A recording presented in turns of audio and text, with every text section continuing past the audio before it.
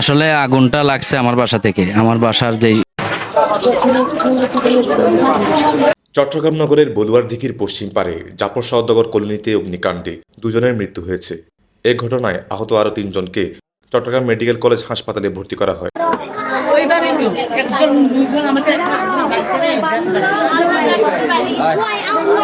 আজ সকাল ৭টার দিকে এই ঘটনা ঘটে এবং আগুন নিয়ন্ত্রণে আসে সকাল ৮টার সময়, কিন্তু পুড়ে ছাই হয় ৫টি কাঁচা বাড়ি। সব কিচ্ছু নেই ধরছি না, আমার জিনিস মিনিস আছে, টাকা পয়সা আছে সব, ওই দেন না ফ্রিজ আলমারি জান লইয়া বার, ওই ঘরে 2 জন মরে হয়ে গেছে গা, বার হইতেই পারছে না বুঝছেন। আমি তো বার হইতাম না, আমি হে শুইরা গেছে, আর পোলারা জামাইরা বলে নালা দিয়া তুই গেছে জান। আমরা ঘুমো না, 6টা বাজে আমি উঠি তো, প্রতিদিন আজানের পর পর উঠি তো, আজকে অজাক হয়ে আবার চোখটি লাগিয়েছে গা।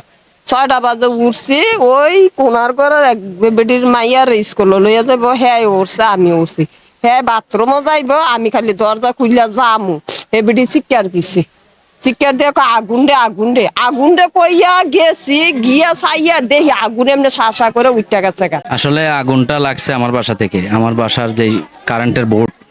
সকাল 6:30 বাজে যখন একটা আওয়াজ হয়েছে, ঘুম ভেঙে দেখতেছি বাহিরের আমাদের সামনের যে রুম, আমরা ভিতর রুমে ছিলাম, সামনের যে রুম ওই রুমে আগুন জ্বলতেছে।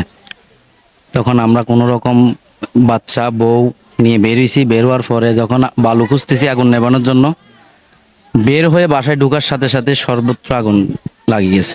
এটা আসলে ওই যে কারেন্টের শর্ট সার্কিট থেকে হয়েছে। তো এখন আসলে সকাল থেকে আমরা, আপনারা তো দেখতেছেন কি পরিমাণ ক্ষয়ক্ষতি হয়েছে, বা আন্দাজ করতে পারতেছেন একটা ফ্যামিলিতে কি না থাকে একটা পরিবারে। তো আমাদের গার্মেন্টসের যে সেলাই মেশিন ওইগুলো ছিল, স্বর্ণালঙ্কার ছিল 2-2.5 ভরির মতো, ক্যাশ টাকা ছিল 35,000 টাকা, আর আসবাবপত্র তো আছেই যা দরকার, ফ্রিজ টিভি শোকেস আলমারি, এগুলো তো আপনারা দেখতেছেন সবকিছু। সবার ঘরে মালসামাল ছিল, মানে সবাই মানে জানটা নিয়ে বের হয়েছে।